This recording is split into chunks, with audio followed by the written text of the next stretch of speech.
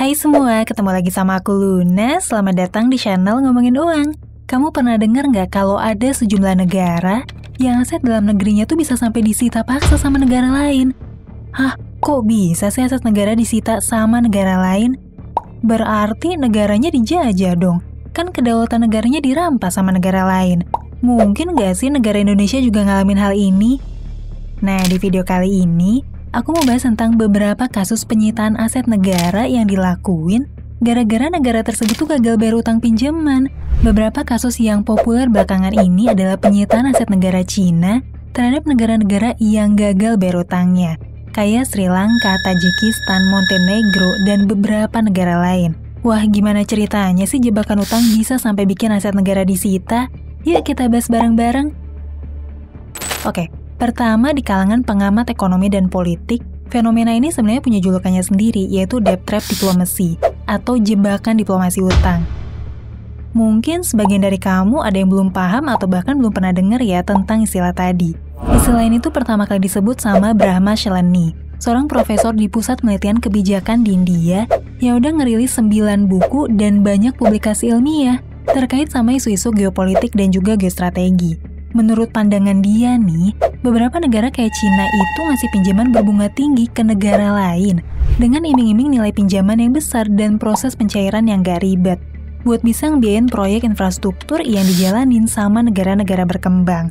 Tapi ternyata di balik kemudahan itu, negara pemberi pinjaman ngasih bunga tinggi yang bikin utangnya tuh hampir mustahil buat dilunasin tepat waktu dan juga bikin kontrak yang nguntungin negara pemberi pinjaman. Tapi tentu aja ini tuh bakalan sangat memberatkan negara peminjam kalau sampai gagal bayar.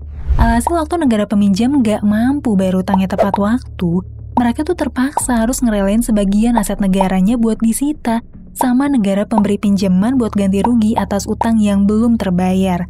Nah, dalam beberapa dekade terakhir, isu jebakan utang ini sering dikaitin sama negara Cina yang emang lagi rajin banget ngasih pinjaman dan investasi ke ratusan negara berkembang di seluruh dunia. Menurut Shalini, pendanaan Cina buat pembangunan infrastruktur ini bukan cuma buat keuntungan investasi doang, tapi juga bertujuan buat ngembangin keterhubungan ekonomi dunia dan ngejadiin Cina sebagai pusat perdagangan dunia. Sekarang kita lihat datanya bareng-bareng yuk. Kalau ngelihat data ini, Cina emang makin banyak ya nyalurin pinjaman internasional sejak awal abad 21, di mana total saluran pinjaman yang sebelum tahun 2000 tuh bisa dibilang gak signifikan, tapi di tahun 2019 jumlahnya meningkat pesat ke angka 1,7% PDB dunia atau sekitar 1,5 triliun dolar Amerika. Wah, emang dana pinjaman sebanyak itu dipakai buat apa aja sih? Kebanyakan pinjaman itu dipakai buat ngebiayain proyek infrastruktur, kayak proyek pembangkit energi di Pakistan, pembangunan waduk di Myanmar, pembangunan rel kereta api di Malaysia dan Indonesia, juga pelabuhan di Sri Lanka. Sepanjang tahun 2000 sampai 2017, ada hampir 11.000 proyek pembangunan yang dibiayain sama pinjaman dari Cina di seluruh dunia. Hal itu bikin Cina jadi kreditur terbesar di dunia buat negara-negara berkembang.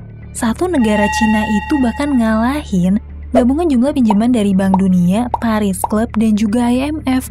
Aksi yang dilakuin Cina ini jelas narik perhatian banyak negara di dunia.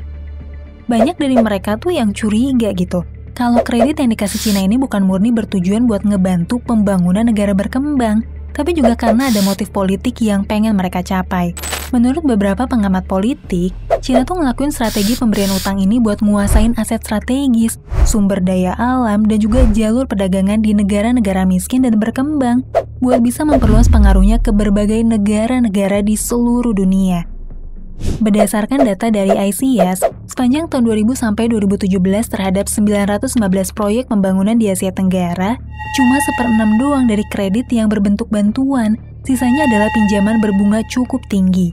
Rasio antara utang dan bantuan ini tuh makin timpang, kalau misalnya ditotal dari seluruh negara di dunia, di mana lebih dari 90% pinjaman yang dikasih Cina adalah pinjaman berbunga tinggi. Kalau kita bandingin sama kredit yang disalurin Bank Dunia, mereka tuh narik bunga yang jauh lebih rendah. Di wilayah Asia Tenggara, bunga rata-rata Bank Dunia adalah 1,3 sampai 2,8%. Sementara Cina matok bunga di atas 3%. Selain itu, kredit dari Bank Dunia punya masa tenggang bayar yang lebih lama, yaitu sekitar 6,8 sampai 8,6 tahun. Sementara masa tenggang Cina itu cuma 5-6 tahun doang. Dan dari sisi tempo pembayaran, Bank Dunia juga punya masa jatuh tempo yang jauh lebih lama daripada Cina. Gak cuma itu doang, banyak dari pinjaman yang dikasih Cina juga punya banyak ketentuan yang ngeberatin negara peminjam. Misalnya nih, negara peminjam harus nempatin sebagian pendapatan negara mereka di rekening khusus yang dimiliki perbankan Cina sebagai jaminan pembayaran.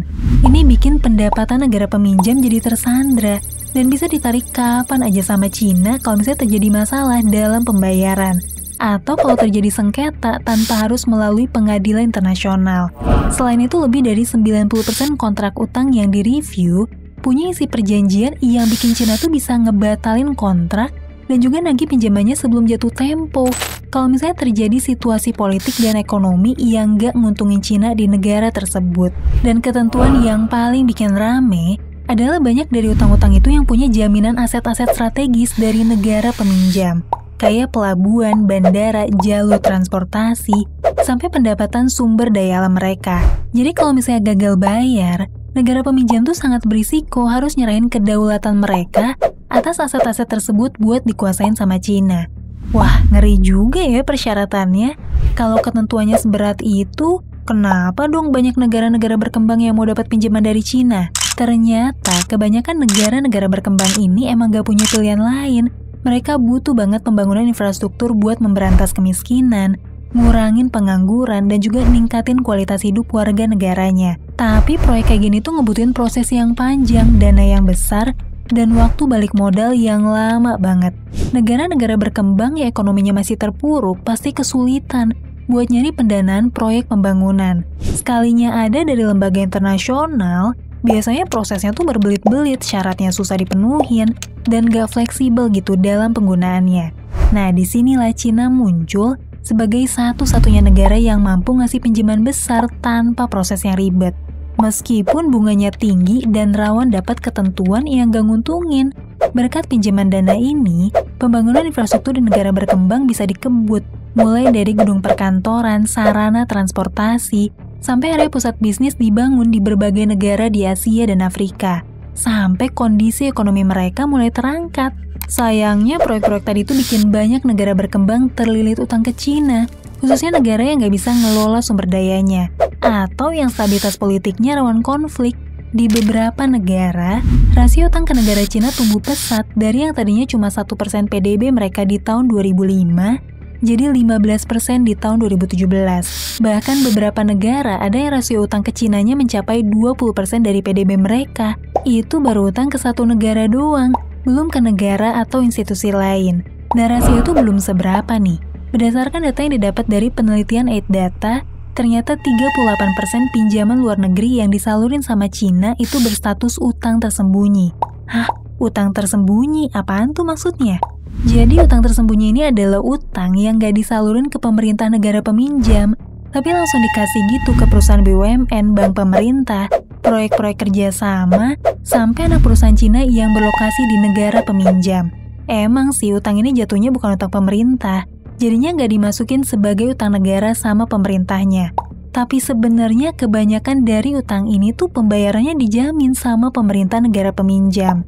Jadi secara nggak langsung sebenarnya yang bakal nanggung akibat kalau misalnya amit-amit perusahaan itu nggak bisa bayar, ya pemerintah negara itu yang berperan sebagai penjamin pinjaman.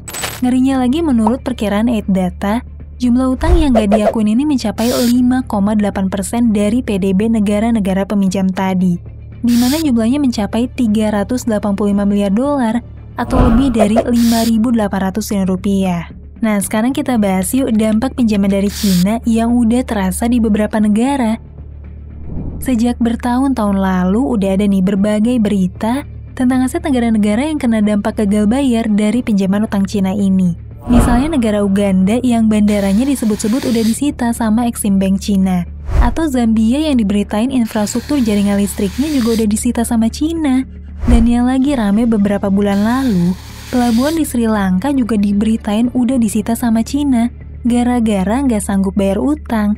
Selain itu masih banyak negara-negara di Asia dan Afrika yang diberitain asetnya disita sama Cina, kayak negara Kenya, Tajikistan, Montenegro, dan masih banyak lagi. Tapi apa benar ya kasus penyitaan aset dan jebakan utang ini valid? Cina tentu aja ngebantah isu strategi jebakan utang yang dituduhin ke mereka. Tapi selain Cina, ternyata banyak juga nih pakar-pakar di dunia yang turut bilang kalau teori jebakan utang Cina itu nggak sepenuhnya benar. Berdasarkan data dari Shari Working Paper, kasus gagal bayar utang ke Cina mayoritas diselesaikan dengan restrukturisasi. Entah dengan perpanjangan tempo, pengurangan bunga, atau menghapus sebagian pokok utangnya. Tercatat China udah ngelakuin restrukturisasi utang buat ngeringanin negara peminjam sebesar 15 miliar dolar di benua Afrika sepanjang tahun 2000 sampai 2019. China juga tercatat ngelakuin penghapusan utang gagal bayar sebesar 3,4 miliar dolar di negara-negara di Afrika di periode yang sama. Satu hal lagi yang patut diperhatiin, banyak utang-utang ini tuh nggak dibiayain langsung sama pemerintah China, tapi sama bank dan perusahaan-perusahaan finansial asal Cina yang emang bertujuan buat nyari cuan. Jadinya institusi keuangan ini juga nggak bisa sembarangan ngelakuin pengampunan utang. Di samping itu, kalau kita lihat data dari Bank Dunia, dari 82 negara yang kesulitan bayar utang ke Cina, ternyata utang terbesar mereka itu bukan berasal dari Cina, tapi dari institusi keuangan internasional lain. Jadi banyak juga pakar yang berpendapat kalau isu jebakan utang Cina ini cuma sebatas sentimen politik dan cerita konspirasi yang dilebih-lebihin aja. Perspektif ini diperkuat lagi sama hasil penelitian dari MDPI, yang nyimpulin bahwa pinjaman dari Cina udah ngebantu negara-negara Afrika buat ningkatin pertumbuhan ekonomi mereka. Nah, itu tadi pembahasan aku tentang polemik utang dari Cina yang diisuin sebagai strategi jebakan utang. Kalau kita ngelihat dari sudut pandang yang netral, sebenarnya kita nggak bisa ngelihat masalah ini secara hitam putih aja. Tapi tiap negara tentu punya kebutuhan yang berbeda. Tiap negara juga punya pertanggungjawaban yang berbeda buat menuhin kewajiban utangnya. Aku yakin masih ada banyak banget poin yang gak sempet aku bahas di video ini. Nah, kalau menurut kamu, isu tentang jebakan utang Cina tuh cerita konspirasi yang benar atau dilebih-lebihin aja? Ceritain pendapat kamu di kolom komentar ya. Sampai ketemu lagi di video selanjutnya. Tetap di channel Ngomongin Uang, karena ngomongin uang gak ada abisnya.